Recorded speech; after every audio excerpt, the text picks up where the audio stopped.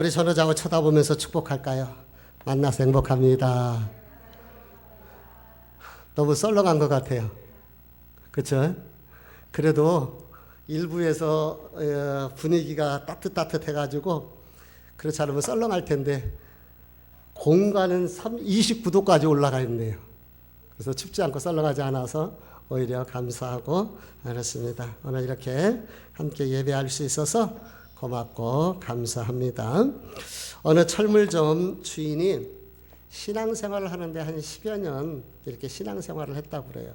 근데 그 기간에 연단과 고난이 많았습니다. 믿지 않던 지인이 그 모습을 잘 알고 있는데 어느 날 찾아와서 그렇게 말하더라는 거예요. 아니 자네 맨날 교회 다닌다고 하면서 왜 이렇게 어려운 일이 많어? 자네를 보면 참 딱하다는 생각이 드네.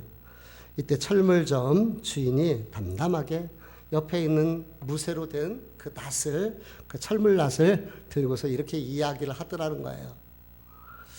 이 낫이 만들어지려면은 풀무불에 들어가고 또 편철에 두들겨지고 또 물에 찬물에도 들어가고 다시 풀무불에 들어가면서 그렇게 두드려져서 어떤 단단한 나무를 잘라도 이가 빠지지 않는 이런 낫이 될 수가 있다네. 하나님께서도 우리를 만드실 때 때로는 고난의 풀무불로 연단 속에서 우리를 만드시는 거야.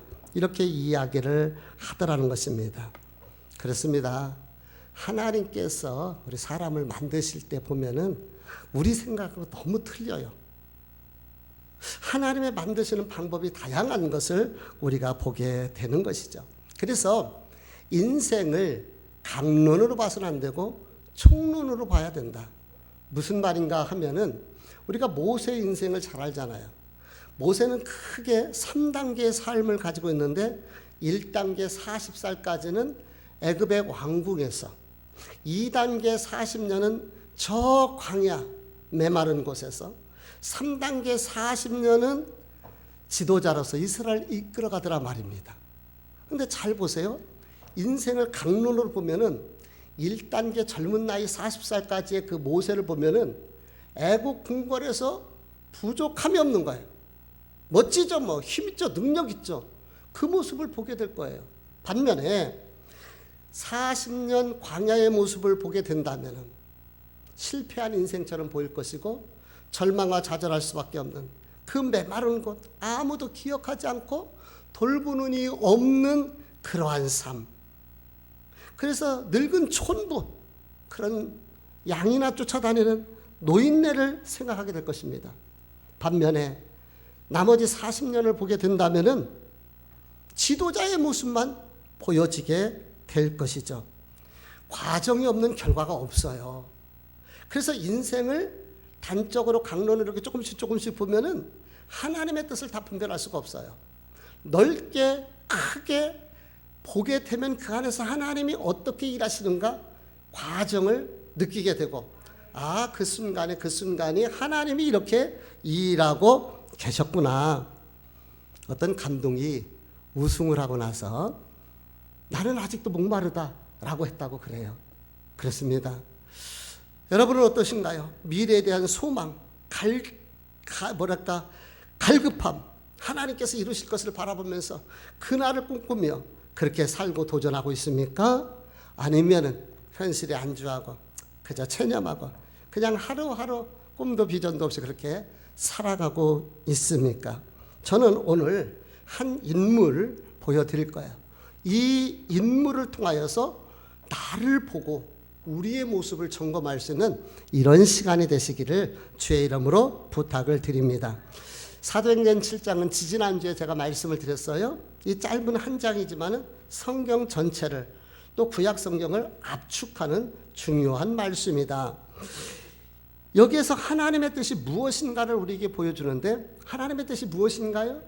그것은 열방을 구원하시며 열국을 구원하실 하나님의 계획인데 하나님께서는 어떤 나라를 들어 쓰셔요? 이스라엘이라는 한 나라를 들어 쓰시기를 원하시는 하나님의 모습을 우리에게 보여주고 있습니다.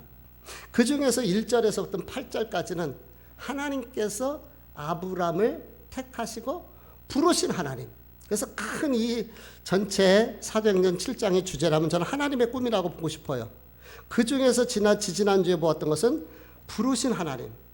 오늘은 두 번째 주인공 요셉을 통해서 만드시는 하나님, 그 하나님의 모습을 우리가 보게 될 것이죠. 자, 9절 말씀을 다 같이 읽어볼게요. 시작.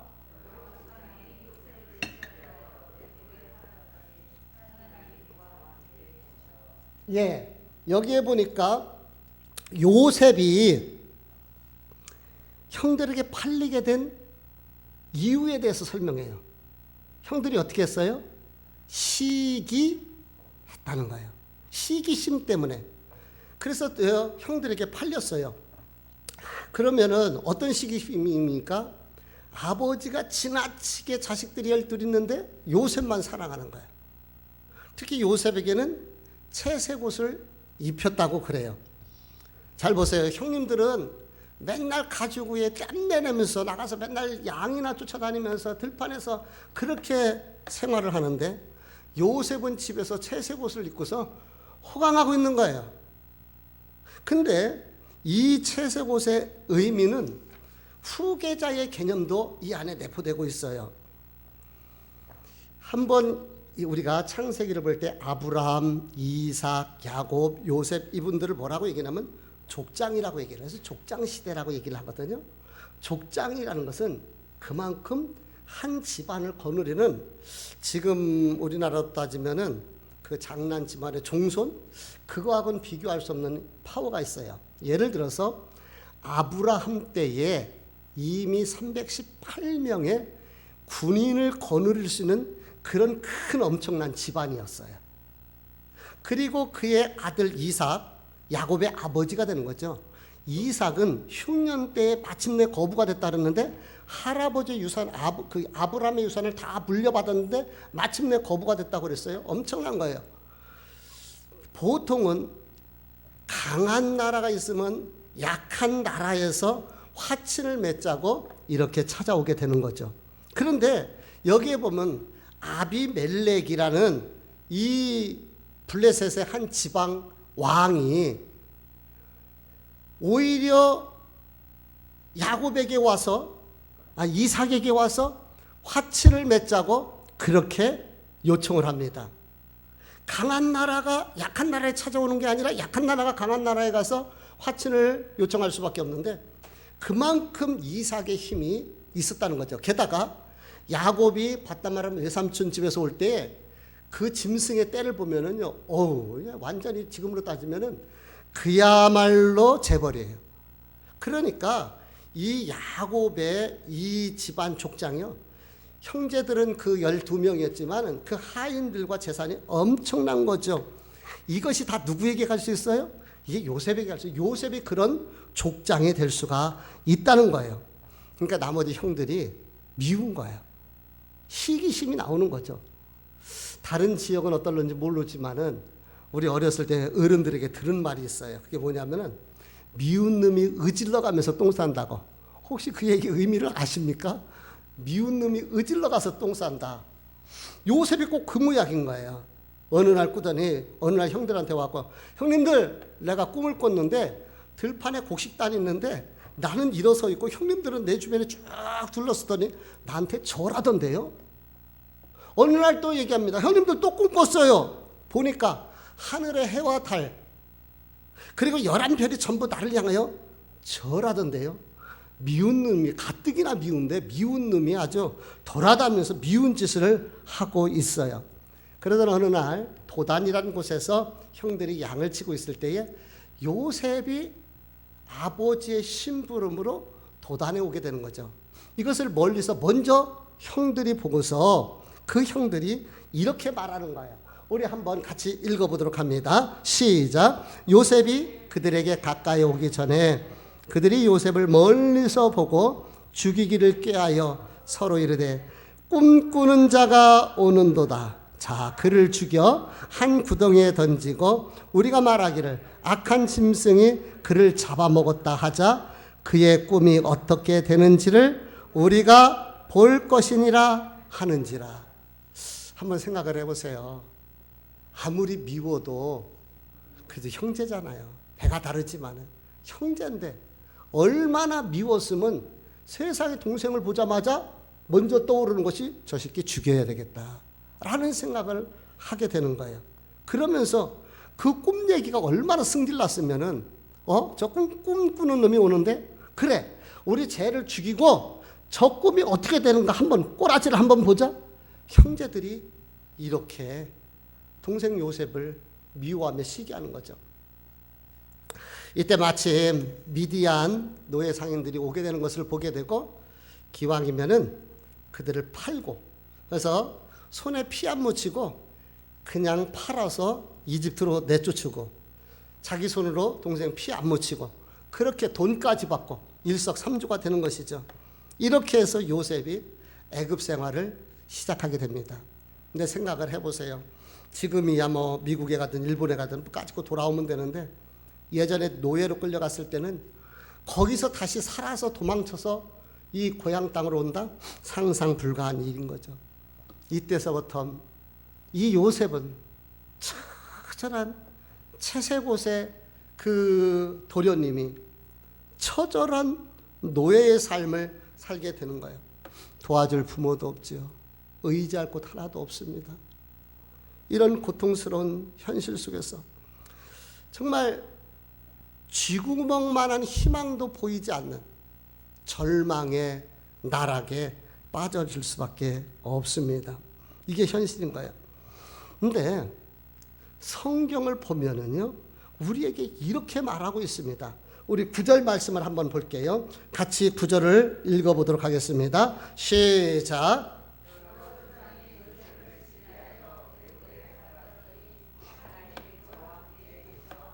예, 여기에 보니까 우리 눈을 번쩍 뜨게 하는 그러한 내용이 있어요. 하나님이 그와 함께 계셔. 할렐루야. 보세요. 그 노예, 아무도 알아줄 수 없는, 아무도 도와줄 수 없는 그 한 노예를 하나님이 함께 하셨다고 성경은 이렇게 가르쳐주고 있습니다. 함께 한다. 요즘 새벽이 많이 춥더라고요. 새벽 기도 나올 때에 추우니까 나도 집에서 그냥 했으면 좋겠다. 이렇게 집에서 라이브 톡을 했으면 좋겠다. 그런 생각이 다 들어요. 저쪽에 싱크대에다가 주방에 물이 얼으면 안 되잖아요. 그래서 물을 똑똑 떨어지게 해서 이렇게 놨어요. 그랬더니 물이 떨어지면서 얼어가지고 얘 고도름이 밑에서 올라오더라고. 그래갖고 수도꼭지까지 얼어 붙었더라고요. 그렇게 추워요. 아침에 새벽에 추운데 나와서 이제 핸드폰을 연결하고 라이브 톡을 켜고 그리고 이제 새벽 예배를 인도합니다. 근데 나도 모르게 내 눈이 가는 데가 있어요. 핸드폰에 보면은 숫자가 나와요. 그 숫자를 나도 모르게 가는 거예요. 찬양을 하다 보면은 한 분, 두 분 들어옵니다. 많이 들어오는 건 아니지만은 제가 그게 얼마나 힘이 되는지를 몰라요. 새벽에 나올 이유가 생기는 거예요. 비록 환경 때문에 여건 때문에 여러 사정으로 인해서 교회에 와서 함께 예배할 수 없지만은 그래도 어느 곳에선가 지금 이 영상을 보면서 함께 기도하고 찬양하며 예배하는 성도가 있다. 이게 되게 힘이 된단 말이에요. 우리가 인생을 살아갈 때 내가 고난 속에 있어요. 그럼 고난이 힘든 것이 아니라 함께 해주는 사람이 없기 때문에 힘든 것 아니겠어요? 아무리 힘들고 어려워도 함께 해주는 그러한 누군가가 있다면 힘이 되고요. 의지가 되고 용기가 되는 거예요. 다시 일어서게 되는 것입니다. 이 요셉, 그가 그 고난 속에서도 이겨낼 수 있었던 것은 하나님이 함께 하신 거예요. 아무도 관심 없죠. 그 노예에게 누가 관심이 있습니까? 그런데 하나님의 포커스는 그 노예에게 있었다는 것이죠. 제가 행복을 갖고는 농부라는 그런 명칭으로 닉네임으로 이렇게 글도 쓰고 그러잖아요. 근데 제가 요셉의 닉네임을 하나 붙여준다면은 형통한 사람이다 이렇게 붙여주고 싶어요. 형통한 사람. 우리 한번 같이 읽어보도록 합니다. 창세기 39장 2절 시작.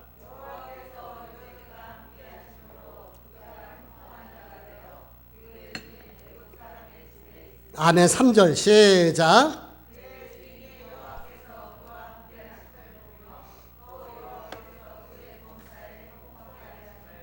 아멘. 39장 23절 시작. 간수장은 그의 손에 맡긴 것을 무엇이든지 살펴보지 아니하였으니.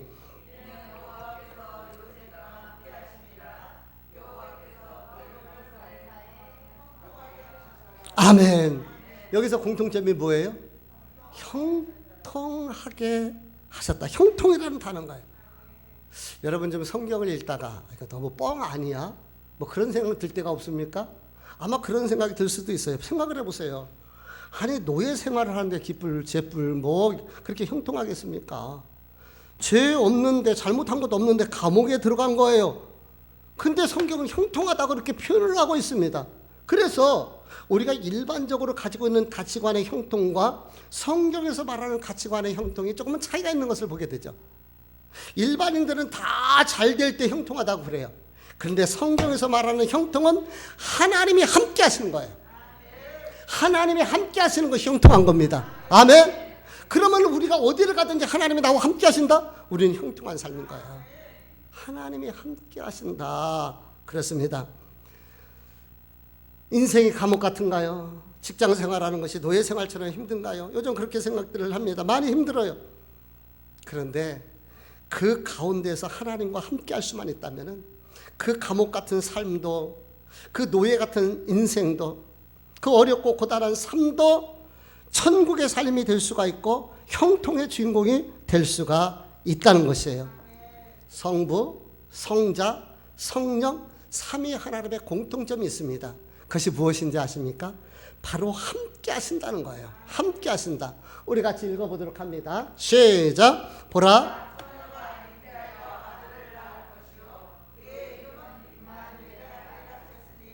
이를 번역한즉 하나님이 우리와 함께 계시다 함이라. 아멘. 하나님이 우리와 함께 계시다. 이게 임마누엘이라는 거예요.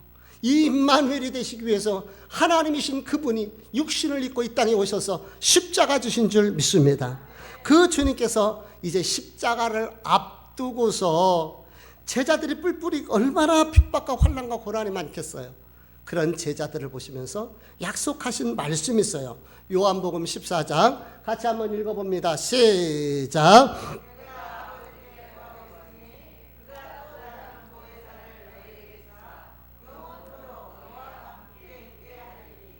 아멘. 우리 주님께서 약속하신 것이 보혜사 약속입니다. 보혜사가 무엇인가요? 옆에서 보호하시고 함께 하시는 성령님을 보내주시겠다는 거예요. 그래서 성부와 성자와 성령의 하나님의 공통점이 무엇입니까? 우리와 함께 하시는 하나님이십니다. 그러므로 우울할 것도 없고요. 낙심하지 마시고요. 절망할 필요가 없습니다. 우울할 때, 낙심될 때, 절망스러울 때 믿음의 눈 들어 나와 함께 하시는 주님을 보시기를 바랍니다. 눈 들어 나를 향하시는 하나님의 그 모습을 볼 수만 있다면 우리는 넉넉히 이겨내고 승리할 수가 있는 것이에요. 우리 10절 말씀을 볼게요. 같이 한번 읽어봅니다. 시작. 그 모든 환난에서 건져내사 애굽 왕 바로 앞에서 은총과 지혜를 주시며 바로가 그를 애굽과 자기 온 집의 통치자로 세웠느니라. 아멘. 지금 우리 하나님은 어떻게 하셔요? 함께 계실 뿐만 아니라 환난을 견뎌낼 수 있도록 붙들어 주시고 은총과 지혜를 주셨다는 거예요. 은총과 지혜를 주시는 하나님. 우리 하나님은 연약한 분이 아닙니다. 무능한 분이 아니에요. 그분은 힘이 있고 능력이 있고 우리를 붙드시고 도우시는 하나님이신 줄 믿습니다. 파도를 잔잔케 하신 그분이 우리 인생의 파도를 잔잔케 해주실 수 있는 능력이 있습니다. 혈루증을 고쳐주셨던 그분이 우리 인생의 질고를 치료해 주실 수 있는 능력이 있으신 거예요. 그 주님께서 형들의 손에서 지키시고 그 주님께서 노예의 고단한 삶을 이길 수 있도록 붙들어 주시고 그 주님께서 감옥에서 거기에 썩어 없어져서 그냥 죽는 것이 아니라 하나님께서 그를 세우셔서 찬란하게 높이시고 세우신 하나님이신 줄 믿습니다. 능력의 하나님. 그러면은 이런 의문점이 생길 수가 있어요. 아, 목사님, 하나님이 그렇게 능력자신데 좀 미리미리 좀 손 좀 써주시면 안 되나요? 형들에게 붙잡혔을 때에 노예로 안 끌려가게 도망갈 길을 열어주시든지 뭐 다른 방법이 있지.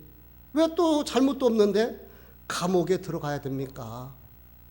꼭 그렇게 정말 고생을 시키면서 하나님 하셔야 됩니까? 근데요, 여기에 하나님의 놀라운 섭리들이 있는 거예요. 우리 14절 말씀을 읽어보도록 합니다.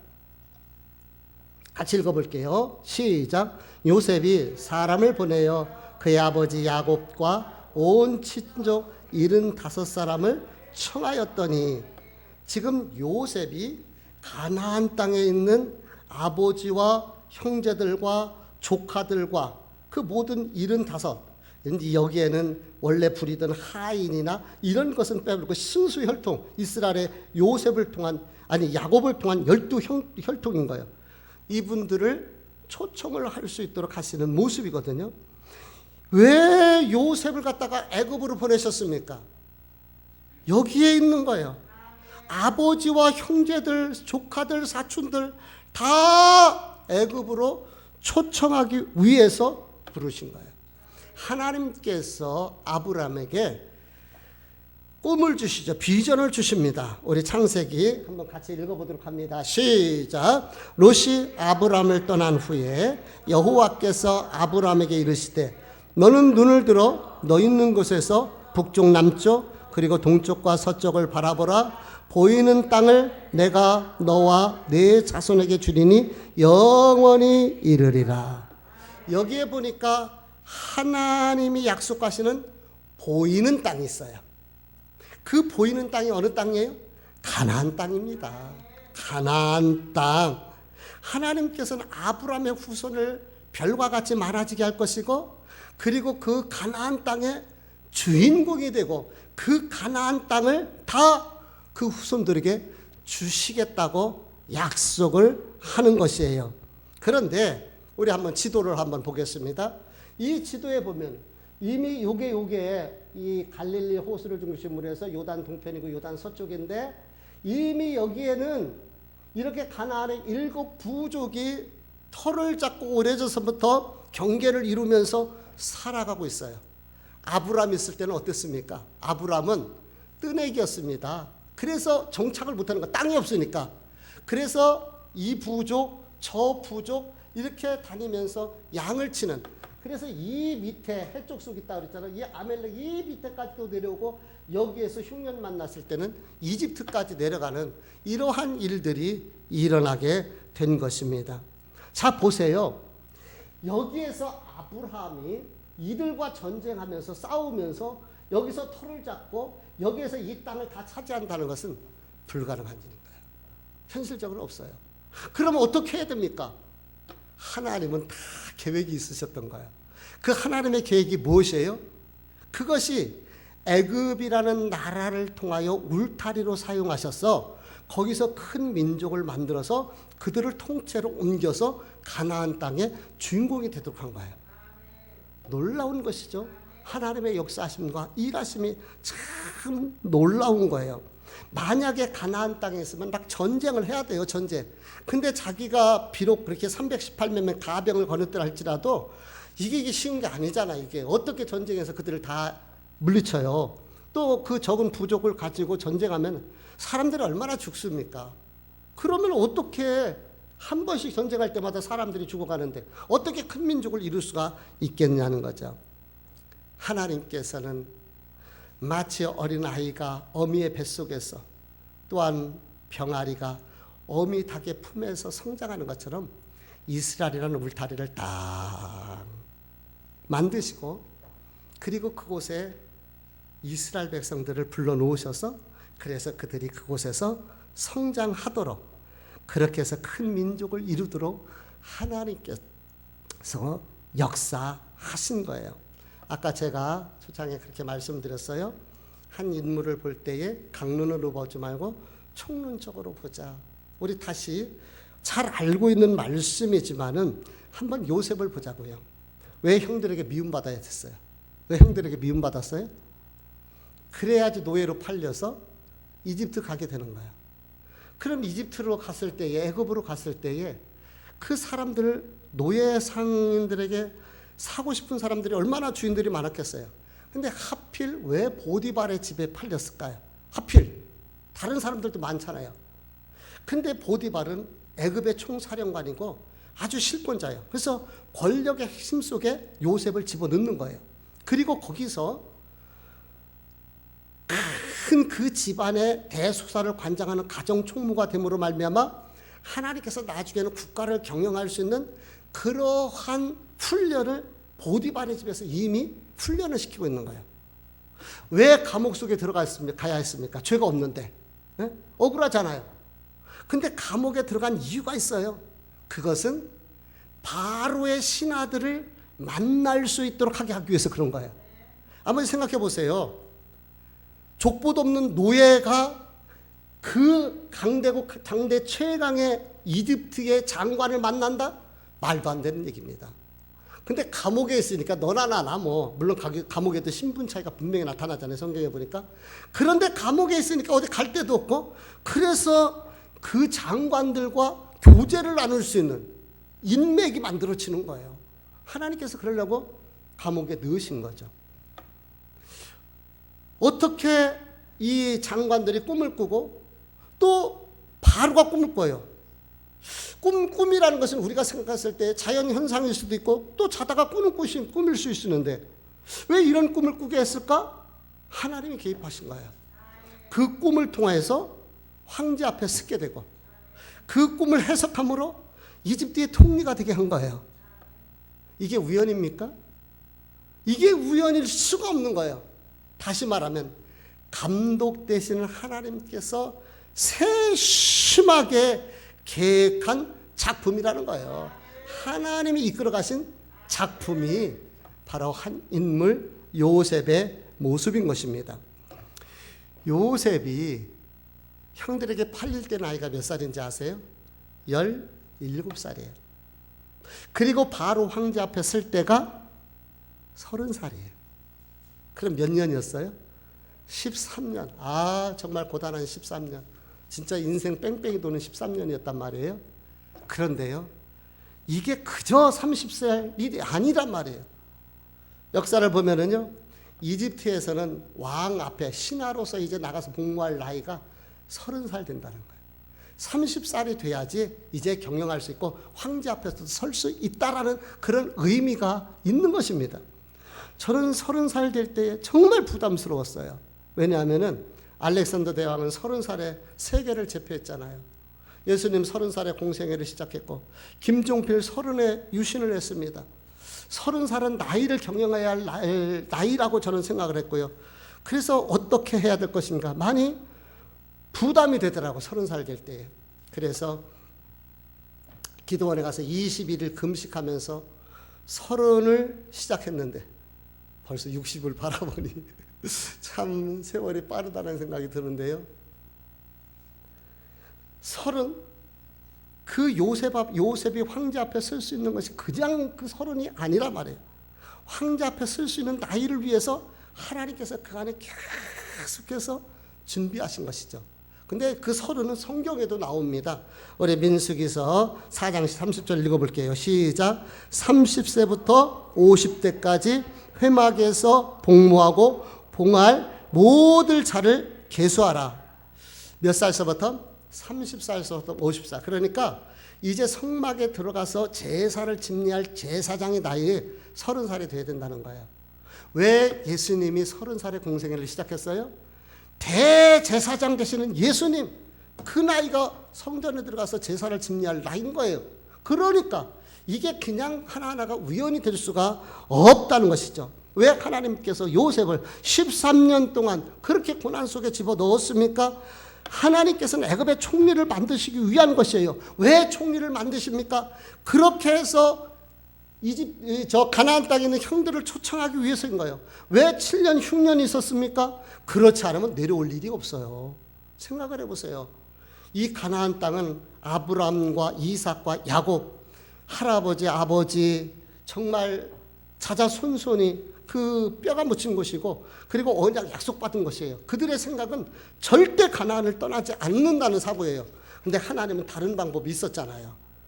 거기 있어갖고는 도저히 큰 민족을 이룰 수가 없으니까 잠시 피신시켜서 또 만드시려고 하셨던 하나님의 계획. 그래서 요셉을 미리 이집트로 보내셔서 그러한 과정을 통하여서 총리를 만드시고 그래서 그 모든 형제 조카들을 다 초청하도록 하나님께서 만드신 거예요. 눈동자같이 하나님이 그 백성들을 애굽이라는 나라에서 지켜내시고 성장하게 내시고 잘할 수 있도록 한 거예요. 우리 17절 말씀 봅니다. 아주 중요한 말씀인 거예요. 키포인트가 17절입니다. 같이 한번 읽어보도록 합니다. 시작. 하나님이 아브라함에게 약속하신 때가 가까움에 이스라엘 백성이 애굽에서 아멘. 번성하여 어떻게 했다고요? 많아졌더라. 아멘. 이것 때문에 하나님이 요셉을 보내셨다니까요. 번성하여 많아지게 하려고. 때가 되는 거예요, 이제는. 그러니까 알지 못하는 왕이 일어나서 이제 그 백성들을 괴롭혀요. 그러니까 여기 있으면 너무 힘들구나. 그러니까 이제 우리 조상의 땅 가나안. 만약에 여기서 편안했다면 안 떠나죠, 절대로. 절대로. 그러니까 하나님께서 정말 요셉을 알지 못하는 그러한 새로운 왕들이 일어나게 되고 압박하게 만드는 거예요. 이미 그때는 큰 민족이 될 수 있도록 하나님께서 성장시켜 놓으신 겁니다. 결론을 말씀을 드립니다. 어느 권사님이 암에 걸리셨어요. 그래서 병실에서 계시는데 어느 날 시끄럽더래요. 이렇게 내다보니까 그 병원 옆에 이런 장애인 학교가 있었나 봐요. 근데 그 장애인 학교에서 운동회가 있었던 겁니다. 아이들이 소란스럽게 응원을 하는데 달리기를 하는 것인지 이렇게 권사님 뭐 할 일도 없고 무료하고 병실에서 이렇게 내다보는데 눈에 띄는 것이 있는 거예요. 맨 뒤에 보니까 절뚝거리는 이 장애애가 절뚝거리면서 안간힘을 향해서 다가가고 있고 그 옆에서 엄마가 되는 것 같아 보이는 그 엄마가 막 응원하면서 진우야 힘내, 힘내라 힘, 조금만 가면 돼. 막 옆에서 따라가면서 응원하는 모습이 보이더라는 거예요. 그리고 그 엄마가 먼저 그 고린 지점에 가서 팔을 벌리고 있다가 들어오는 그 아들 절뚝거리고 오림을 다해서 달려온 그 아들을 끌어안는 이 모습을 멀리서 이제 병실에서 바라보게 된 거예요. 이 모습을 본 권사님 마음이 너무 뭉클했습니다. 그리고서 하나님 앞에 편지를 써요. 제목이 뭐냐면 아버지께 드리는 연서. 연서는 연애 편지 쓸 때 연서 쓰라고 하는 거 아니에요? 이렇게 편지를 씁니다. 한 번도 나를 떠난 적이 없는 나의 아버지. 발병 전에 아버지 앞에서 참으로 무심했던 저였습니다. 발병 후 당신이 미웠습니다. 아니 당신의 존재가 의심스러웠습니다. 제겐 아직 남은 일이 많은데 가보고 싶은 곳도 먹고 싶은 것도 많은데 열심히 산 죄밖에 없는데 이제 좀 쉬고 싶은데 왜 나에게 이런 아픔을 주었는지 원망스러웠습니다. 그런데 오늘 장애 아이들의 운동회를 보면서 다리를 절면서 달리는 그 옆에서 함께 응원하며 달리는 엄마를 보면서 하나님 아버지의 모습을 볼 수가 있었습니다. 하나님께서 저에게 보여주시는 한 편의 영상 편지였습니다. 그래서 답장을 쓰는 것입니다. 이제 어쩌면 이 땅에서 내 이름, 엄마의 이름으로 더 이상 오래 불릴 것 같지 않습니다.